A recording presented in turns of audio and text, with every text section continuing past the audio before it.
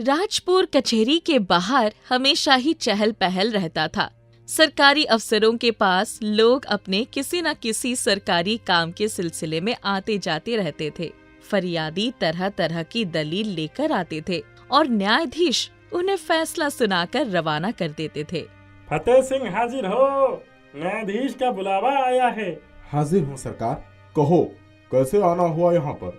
मैंने कुछ नहीं किया हुजूर, बस 2 तोला नशीला पौधा पहुँचाने गया था भैया जी के पास, उसी में पकड़ा गया हूँ। ये भैया जी कौन है? भैया जी मतलब राजा भैया। न्यायाधीश ने अपने फैसले में फतेह को छोड़ दिया, निर्दोष करार करके। उसे राजा भैया के नाम का प्रभाव अच्छे से पता था। राजा भैया यानी कि आजाद राज, जो पूरे राजपुर का सबसे बड़ी पहुंच वाला आदमी था।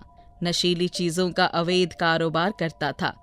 किसी अधिकारी की हिम्मत ही नहीं थी कि उसके सामने कुछ बोल सके, चाहे वो कोई अफसर हो या न्यायाधीश। छोटू, क्या हुआ उस फत्ते का? छूट गया भैया जी, न्यायाधीश ने आपका नाम सुनकर ही फैसला बदल दिया।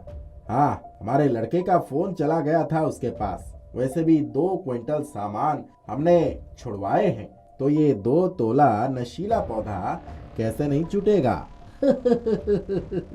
सब आपके नाम का प्रकोप है भैया जी।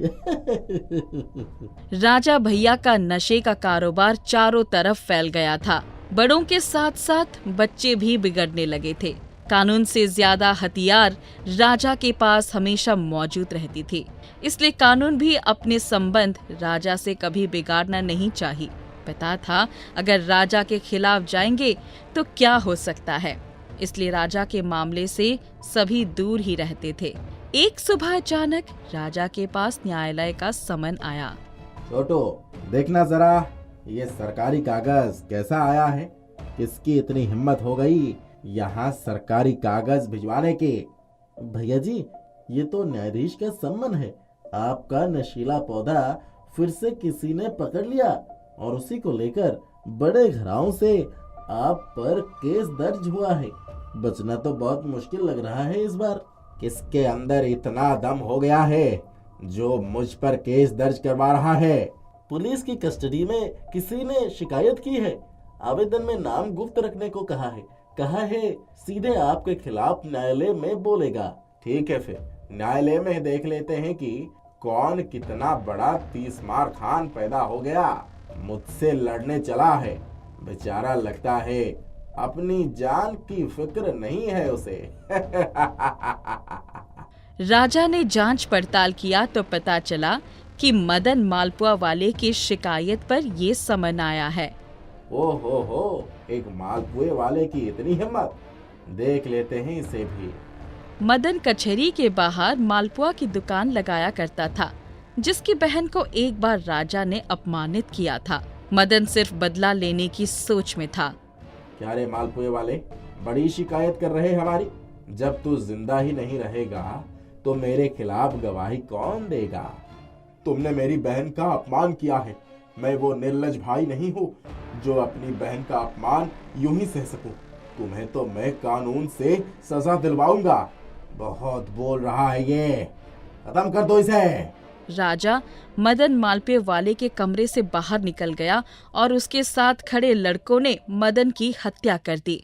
अगले दिन न्यायालय में पेश होने का दिन दोनों का था। पूरी कचहरी की गर्मी इस बात से भरी हुई थी कि आज यहाँ राजा भैया की पेशी है। राजा निश्चिंत था क्योंकि उसके खिलाफ बयान देने वाले को उसने रात में ही मरवा दिया था। अरे ओ छोटू, गाड़ी जरा तेज चला। मेरी पहली पेशी है कोर्ट की, मुझे देर से नहीं पहुंचना है वहाँ। अरे भैया, आप क्यों चिंता कर रहे हैं? जब आप वहाँ दरवाजे के अंदर घुसेंगे तभी कचहरी चालू होगी। ठीक है, लेकिन फिर भी जल्दी चलो। राजा अपने विश्वास पात्र छोटू के साथ कचहरी में जैसे ही कदम रखता है, आसपास के खड़े हुए लोग उस कदम को छूने लग गए। राजा भैया नमस्कार, बड़े दिन बाद नजर आए हैं हुजूर। हम जैसे माफिया अगर यहाँ आना बंद कर दे तो आप जैसे पत्रकारों की दुकानें कैसे चलेंगी? हमें देर हो रही है, जाने दीजिए। सुना था अब तक कि न्यायाधीश आपका मुकदमा नहीं लिखते। आज आपकी पहली पेशी है। जी सही सुना है पत्रकार महोदय। ठीक है फिर चलिए, ये मालपुआ खाकर मुंह मीठा कर लीजिए आपका। ये मालपुआ आपको सच बोलने की हिम्मत देगा। शुक्रिया महोदय, जल्द ही मिलता हूँ रिहा होकर। राजा पत्रकार के प्लेट से उठाया हुआ मालपुआ खाते खाते न्यायालय के अंदर पहुंच गया। मालपुआ के खत्म होते ही अचानक राजा के दिमाग में हलचल मचने लग गई। अपने समन को लेकर जवाब देने के लिए रटी गई सारी कहानियां ओझल होने लग गई। क्या हुआ? तुम अपना सिर क्यों पकड़ लिए? मैं एक दुर्दांत अपराधी हूँ महाशय। मेरे किए सारे अपराध मैं कबूल करता हूँ। मुझे मेरी कर्मों के लिए कड़ी सजा सुनाइए। पूरा न्यायालय में सन्नाटा था कि अचानक राजा को क्या हो गया। वो अपने गुनाह कैसे कबूल करने लग गया। छोटू समझ गया था कि जरूर पत्रकार के मालपुए का ही ये कोई जादू है। वो भागता हुआ कचहरी के बाहर उस पत्रकार को खोजने गया जो चाय पीते हुए आसानी से मिल गया। भैया, अंदर में राजा भैया अपने सारे गुनाह कबूल करके एक लंबी जेल यात्रा का प्रबंध कर दिया। वो भी तब से जब से उन्होंने आपके दिए मालपुए को खाया है। हाँ, वो सच बोलने के लिए ही बनाया गया मालपुआ था, जो उस मालपुए वाले ने बनाया था अपने मरने के बाद। छोटू समझ गया था कि सारी होनी ऊपर वाले की ही मर्जी है। वो भी चुपचाप राजा भैया को पुलिस के हवाले करके वापस आ गया। वीखम गांव में एक दही पूरी वाला रहता था। फेरी करके मोहल्ले मोहल्ले में दही पूरी बेचा करता था। उसका नाम टिल्लू था। दही पूरी खाओ, ताजे दही का करारा स्वाद पाओ, दही पूरी खाओ। ओए कौन है तू? यहाँ मोहल्ले में कैसे आ गया? निकल यहाँ से। टिल्लू की दही पूरी थी तो लाजवाब, पर क्योंकि एक फेरी वाले की तरह वो दही पूरी बेचता था, इसलिए उसे कोई खास ग्राहक नहीं मिल पा रहे थे। कुछ उसे रोक कर दही पूरी खाते थे तो कुछ उसे मोहल्ले से भगा दिया करते थे। एक दिन दही पूरी बेचते बेचते तेज बरसात होने लगी। टिल्लू के ठेले में कोई छत नहीं था, इसलिए एक बड़े से पेड़ के नीचे उसने ठेले को खड़ा कर दिया। और कितनी परीक्षा लेंगे भगवान, ऐसे में तो मैं बर्बाद हो जाऊंगा। पूरी तो दूर, अभी तक दही का खर्च भी नहीं निकाल पाया हूँ। लगातार हो रहे इतने नुकसान को कैसे सहूंगा मैं? मेरे घर वाले क्या खाएंगे जब मैं कमाऊंगा ही नहीं। ऐसे ही बारिश रुकने का इंतजार करते करते टिल्लू अपने मन में सोच रहा था। तब तक एक जोर की बिजली उस पेड़ पर चमकी और बगल के सूखे पेड़ पर जा गिरी। हे भगवान, तेरा शुक्रिया, मेरी जान तूने बचा ली। अचानक से बारिश और भी तेज हो गई। बौछार इतनी तेज थी कि टिल्लू और उसका ठेला दोनों लगभग भीग गए। ठेले पर रखा सारा दही पूरी का सामान बारिश के पानी से बर्बाद हो चुका था। यही बस होना बचा था, बर्बाद तो होना ही था। शायद आज ही वो आखिरी दिन था। टिल्लू रोते हुए अपनी किस्मत को कोसने लगा। बारिश रुक ही नहीं रही थी, तूफान की तरह तेज थी। रास्ता ठीक से दिखाई नहीं दे रहा था। रात हो चुकी थी। टिल्लू ठंड से बेहोश होकर उसी पेड़ से सटक कर लेट गया। टिल्लू बेहोश होकर रात भर पेड़ के नीचे लेटा रहा और बारिश रात भर होती रही। सुबह हुआ तो बारिश थम चुकी थी और लोगों ने टिल्लू को उठाकर अस्पताल में भर्ती करवा दिया था। मैं कहाँ हूँ? तुम अस्पताल में हो, पेड़ के नीचे बेहोश पड़े थे। गांव के लोगों ने तुम्हें यहाँ भर्ती करवाया है। मेरा दही पूरी तो बारिश में खराब हो चुका होगा। मेरा ठेला लेने मुझे जाना होगा। अभी नहीं जा सकते तुम, तुम्हारी तबीयत ठीक नहीं है। माफ कीजिएगा, मैं ठीक हूँ और मुझे जाना होगा। टिल्लू अस्पताल से भागकर वापस उसी पेड़ के नीचे चला गया। टिल्लू ने पेड़ के नीचे जाकर देखा कि उसका ठेला वहीं पड़ा है और उस पर रखी सारी दही पूरी फिर से ताज़ा हो चुकी है। ये चमत्कार कैसे हुआ? दही भी ताजा है और पूरी भी गर्म है। किसने किया इतना? अभी मन में सवाल उठ ही रहे थे तभी भैया जल्दी बनाओ एक प्लेट दही पूरी। टिल्लू बिना कुछ सोचे समझे ग्राहक को दही पूरी बनाकर खिला दिया। एक ग्राहक के दही पूरी खाते ही भैया हम लोगों को भी एक एक प्लेट खिलाओ। अभी लीजिए शानदार दही पूरी। ग्राहक खाकर टिल्लू की तारीफ करते गए। 3 ग्राहक जाने के बाद एक साथ 6 ग्राहक आए। उन्हें भी एक एक करके टिल्लू ने दही पूरी खिलाया और सब तारीफ करते हुए गए। जैसे जैसे ग्राहक दही पूरी खाते जाते थे, उनकी संख्या के 2 गुना ग्राहक अपने आप आ जाते थे। धीरे धीरे टिल्लू की सारी दही पूरी कुछ ही घंटों में खत्म हो गई। रात को जब टिल्लू अपने घर गया तो उसके घर वाले चिंतित थे। कहाँ चले गए थे? 2 दिन होने जा रहे थे। उस बरसात की रात से हमें कितनी चिंता हो रही थी। टिल्लू ने उस रात से लेकर अस्पताल पहुंचने तक और वापस ठेले पर जादू से दही पूरी वापस आ जाने तक की सारी कहानी अपनी पत्नी को बताई। उसने ये भी बताया कि उस बड़े पेड़ के पास ही अब लगातार ग्राहक आ रहे हैं इसकी दही पूरी खाने के लिए, और वो कल से अपना ठेला वही लगाएगा। पर ये जादू हुआ कैसे? आप अस्पताल में थे तब वहां ठेले पर दही पूरी कौन बना गया? वही तो सवाल मेरे भी दिमाग से सुबह से घूम रहा है। अचानक एक परी प्रकट होती है वहीं पर। कौन हो तुम? मैं एक परी हूँ। जिस पेड़ के नीचे पूरी रात तुम पड़े थे उसी पेड़ पर रहती थी। रहती थी का क्या मतलब? अब नहीं रहते? तुम्हें याद है उस रात एक बिजली कड़की थी? हाँ, याद आया। बगल वाला सूखा पेड़ जल गया था उस बिजली से। हाँ, पर वो बिजली उसी पेड़ पर गिरने जा रही थी जहाँ तुम खड़े थे। फिर गिरी क्यों नहीं? क्योंकि तुम्हारी उम्र अभी मरने की नहीं हुई थी और बची है। यही वजह थी कि वो बिजली उस पेड़ पर ना गिरकर बगल के पेड़ पर गिरी। अच्छा, फिर इससे तुम कैसे छूट गई? उस सूखे पेड़ में मुझे एक तांत्रिक ने कैद कर रखा था। बिजली गिरने से मैं आजाद हो गई। मैंने देखा कि तुम बेहोश हो गए हो, तो मैंने ही गांव वालों को तुम्हारे तक पहुंचाया और तुम्हारी दही पूरी भी मैंने ही तैयार की।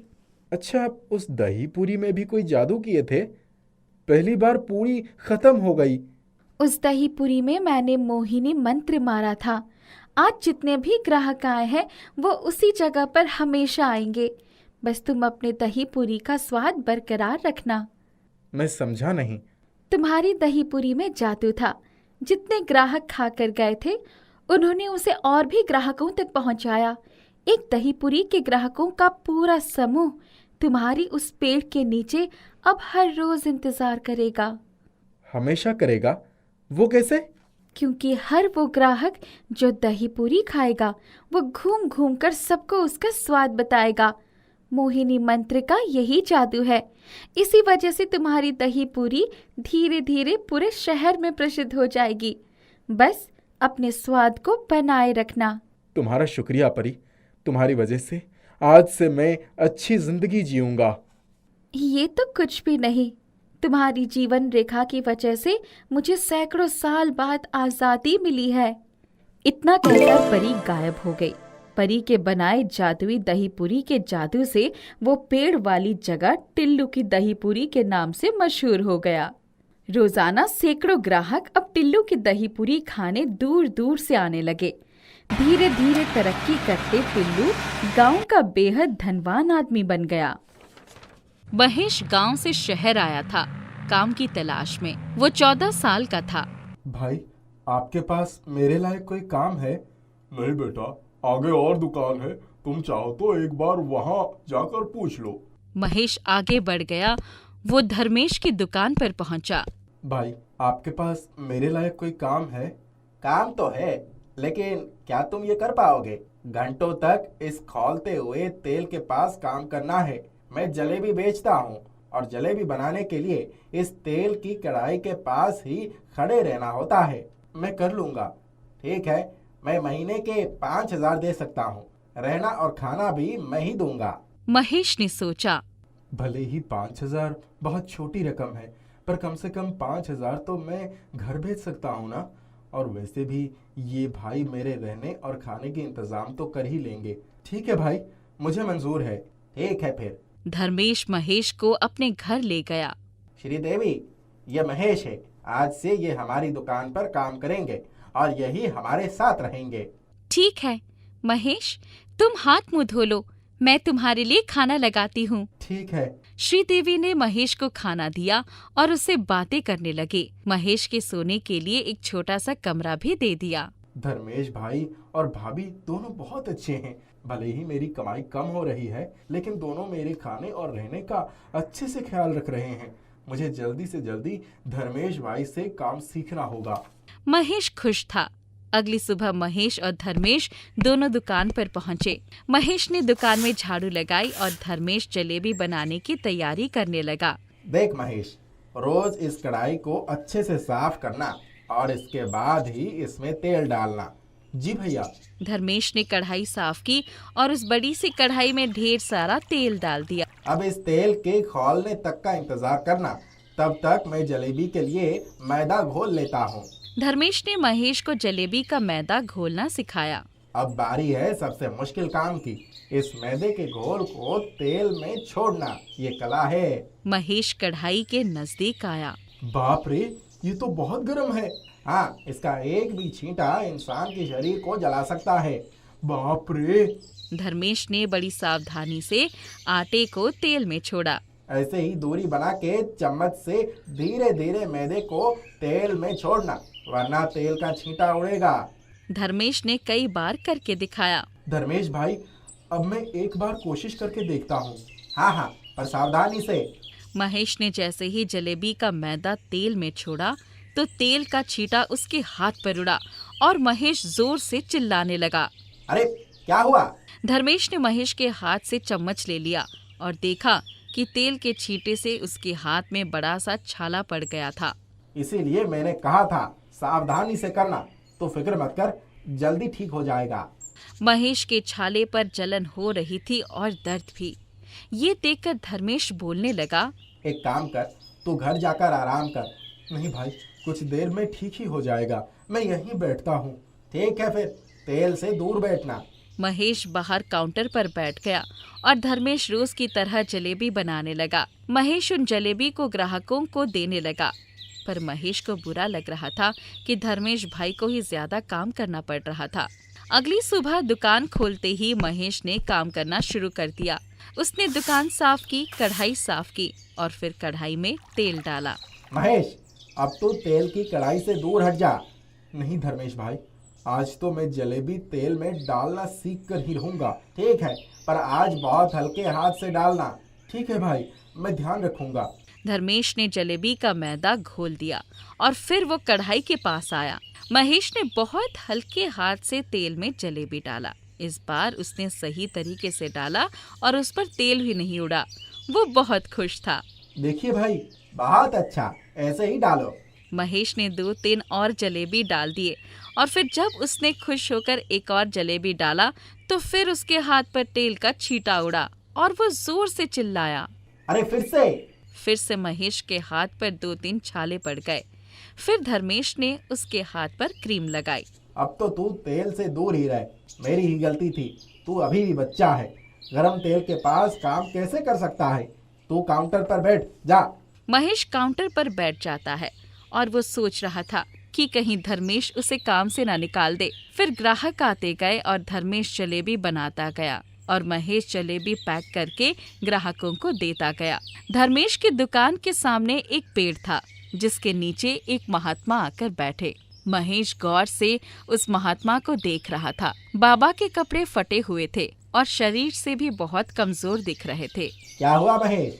धर्मेश भाई, उस महात्मा की हालत देखिए। उन्हें देखकर मुझे अपने गांव की गरीबों की याद आ गई। लेकिन तू इस महात्मा की मदद कर सकता है। जाकर एक जलेबी उस बाबा को देकर आ जा। महेश ने जलेबी पैक किया और उस पेड़ के पास गया। ये लो बाबा, खा लो। शुक्रिया बेटा, आज बिना मांगे तुमने मुझे खाना दे दिया। भगवान तेरी हर मनोकामनाएं पूरी करे। अगर भगवान मेरी बात सुन रहे होते तो मेरी ये हालत थोड़ी ना होती। ये देखिए, जब भी तेल में जलेबी डालने जाता हूँ तो तेल के छींटे उड़ते हैं। गांव से यहाँ आया हूँ कुछ पैसे कमाकर माँ पिता की मदद करने के लिए, पर पता नहीं क्या होगा। तो फिक्र मत कर बेटा, सब कुछ ठीक हो जाएगा। महेश वापस दुकान की ओर चल पड़ा और जब वो दुकान में पहुंचा तो देखा उसके हाथ पर भी छाल नहीं था। तेरे हाथ में 3-4 छाले थे ना, वो कहाँ गए? अब तक तो थे, पर अब पता नहीं।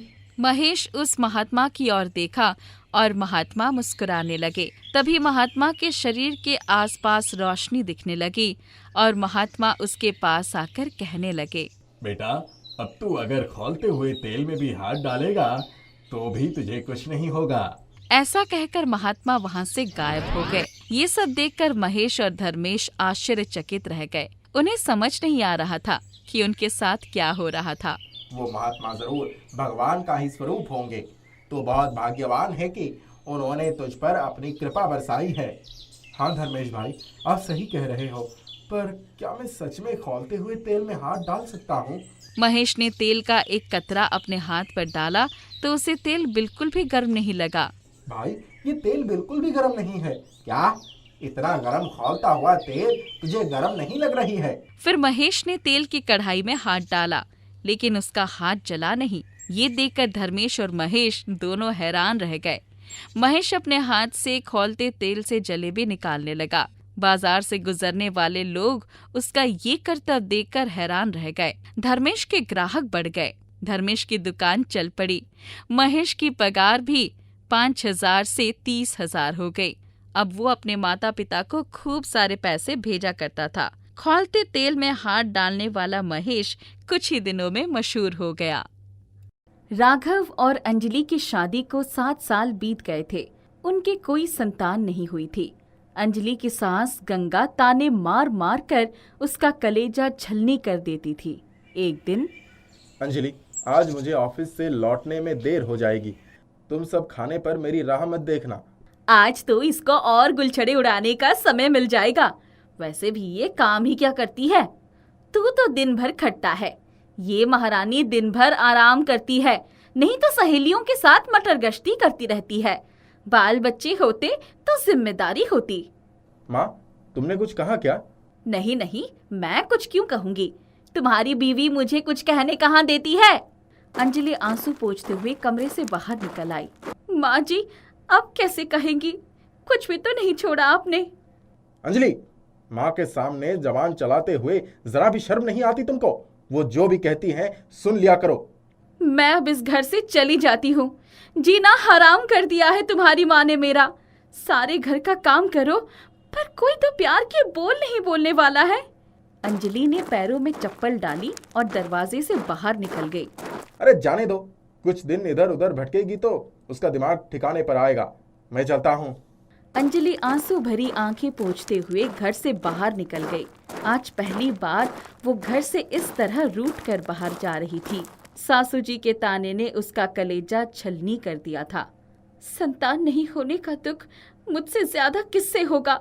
बजाय इसके कि कोई मुझे दिलासा दे, मुझे डॉक्टर के पास ले जाए, सब ताना ही मारते रहते हैं। आज अपना जीवन खत्म कर दूंगी। कोई दूसरी आएगी, वही इनकी इच्छा पूरी करेगी। इतना सोचकर वो नदी की तरफ बढ़ गई। उसने नदी के किनारे खड़े होकर जैसे ही छलांग लगानी चाही, किसी कमजोर बुढ़िया ने उसका हाथ पकड़ लिया। बेटी, क्या करने जा रही थी? जो जीवन इतनी कठिनाई से मिला है, उसको क्यों खत्म करना चाहती हो? आपको क्या पता, मेरा जीवन ही मेरे लिए कठिनाई बन गया है। मुझे कोई प्यार नहीं करता, सबको सिर्फ अपने वंश की पड़ी है। मुझे ऐसे नहीं जीना है, मैं मर जाना चाहती हूँ। अच्छा, बस एक बार मेरे कहने से तुम घर वापस जाओ। तुम्हारा पति और तुम्हारी सास तुम्हें ढूंढ रहे होंगे। आपको मेरे घर वालों के बारे में नहीं पता है, वो लोग मुझे कभी नहीं ढूंढेंगे। तुम अपने घर जाओ, और हाँ, ये काजल की डिब्बी लेकर जाओ। इसे रात में सोते समय अपनी आंखों में लगा लेना। तुम्हारी सारी समस्याओं का समाधान हो जाएगा। ठीक है, आप मेरी माँ के समान हैं, इसलिए आपकी बात मान लेती हूँ। फिर से उसी नरक में जा रही हूँ।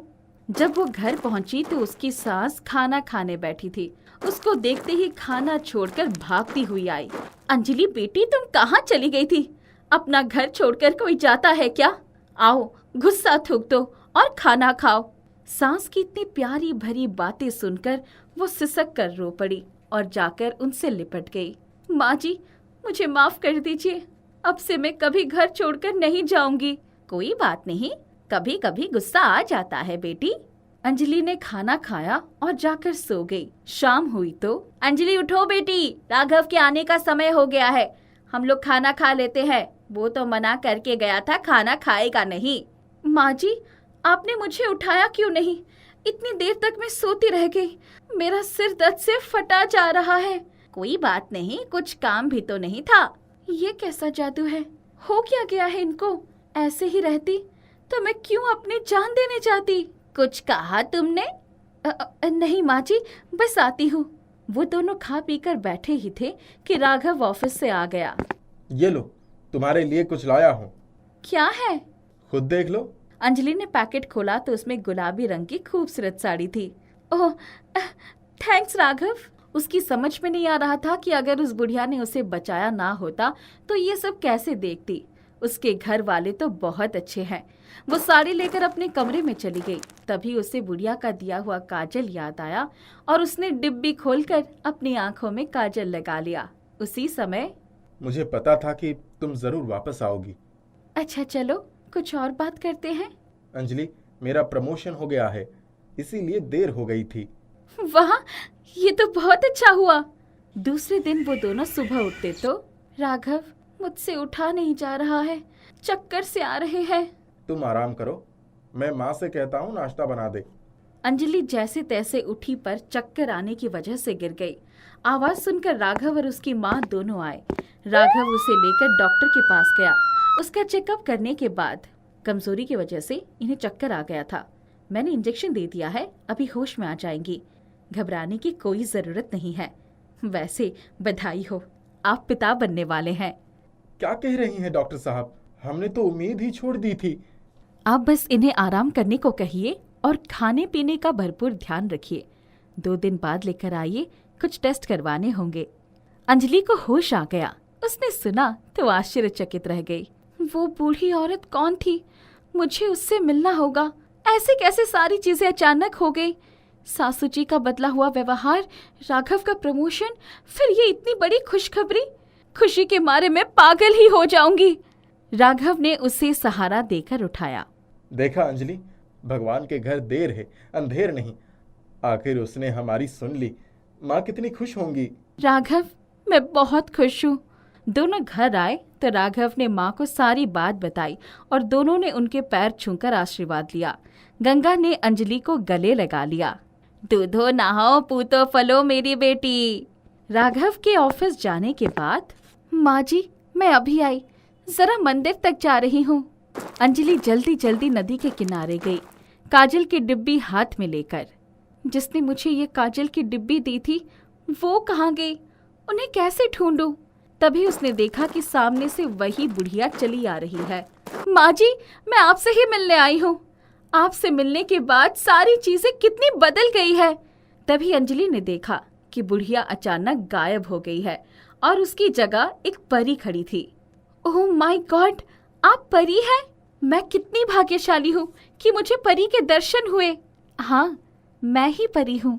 दरअसल मेरा काम पृथ्वीलोक की नदियों की सुरक्षा करना है। उस दिन मैं यहाँ नदी का मुआयना कर रही थी, तभी मैंने तुमको देख लिया था। अगर आप उस दिन ना आती तो मैं अपनी जान ही गंवा देती। तुम अब तो खुश हो ना? खुश? मैं आपको ये बात बताने आई थी कि मेरा सालों से अधूरा सपना पूरा हो गया। मैं माँ बनने वाली हूँ। अच्छा, अब तुम क्या चाहती हो? मैं आपको अपने घर ले जाना चाहती हूँ, पर हमारा घर तो बहुत छोटा है। काजल की डिब्बी से जो मांगोगे सब मिलेगा तुम्हें, पर मैं आज नहीं जा सकती।